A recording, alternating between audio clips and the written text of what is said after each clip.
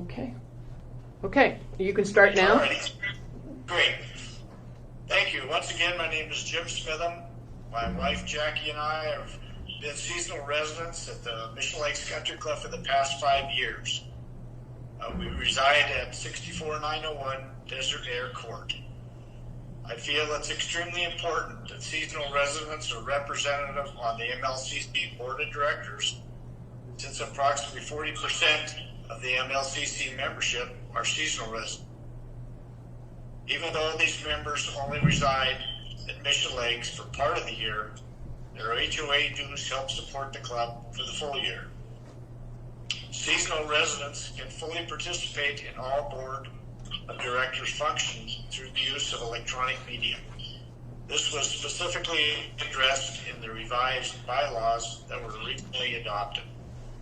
I'd like to now give you a little background about myself. I earned a Bachelor of Science degree in Engineering Science from Montana Tech in Butte, Montana. I also received an MBA from City University in Bellevue, Washington. I worked for the Montana Power Company in various engineering departments for 26 years before taking an early retirement opportunity in 2000. I then worked for the New Local Development Corporation, which is a 501c3 nonprofit business development organization. I was appointed the executive director in 2004. In that position, I reported to a 12-member board of directors. I retired from that entity in 2015. I have a great deal of experience working on and for boards of directors at the local, state, and national level. I was appointed to 2 state boards by Montana Governors Roscoe and Martz. I was twice elected to the Butte Public School District Board of Trustees. This board oversaw the operation of a school district with 750 employees and a budget of $29 million annually. I was an alternate on the MLCC Budget and Finance Committee for 2 years. Through my years of working on and for boards of directors, I have learned some valuable lessons on how a board functions efficiently. I'd like to share my board philosophy with you.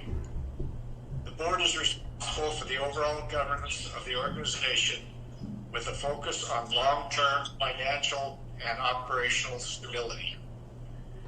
The board should establish policies and practices of transparency, inclusion, avoidance of micromanagement, and open communication with their membership regarding all major decisions affecting the club.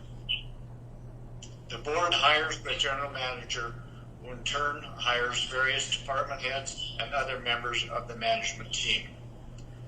The board should never circumvent the general manager's responsibility by involving itself in the daily operations of the club.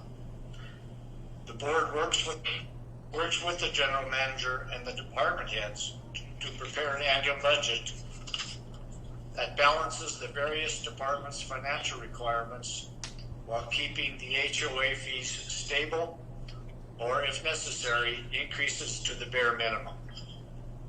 The board sets an annual budget calendar that allows for a membership meeting the first week of November to review the draft budget and take membership input. That input is taken into consideration when finalizing the budget and acting upon it at the board meeting. The extraordinary circumstances this year have affected not only the club's financial situation, but the finances of each and every member. It is extremely important that the 2021 club budget be prepared with a zero or near zero HOA dues increase. Cost-saving measures should be implemented in all departments to obtain the zero increase. In addition, large capital expenditures should be reevaluated as to their need, their cost, and their timeline. I appreciate the opportunity to introduce myself to you, review my background, and share my board philosophy with you. My wife and I have thoroughly enjoyed our time living at MLCC. We plan to continue our seasonal residence there for many years to come. Thank you for your time, and I would appreciate your support. Thank you, Jim. I'm going to ask you a question, and I'll repeat the question twice. Please describe your understanding of the difference between the service of your constituency and any personal agenda. Please describe your understanding of the difference between the service of your constituency and any personal agenda. First of all, I don't believe anyone should run for a position on the board with a personal agenda in mind. That, to me, taints any decisions that come before them. They should always keep in mind the overall operation, stability, and well-being of the club and its members. The service that a board of director puts in should be one of focused on the overall management of the club and not any personal feelings of any particular agenda that they may have in mind. Thank you, Jim. Second question, what is your most comfortable area of communication to make yourself available to understand the needs of the members? What is your most comfortable avenue of communication to make yourself available to understand the needs of the members? First of all, I think that any board member should be a good listener, be it in personal contact, with a personal conversation with a member, or via phone or email or text. But always listen to their input, take it into consideration. We have some great expertise with our members of the club, and we should utilize their expertise to the fullest.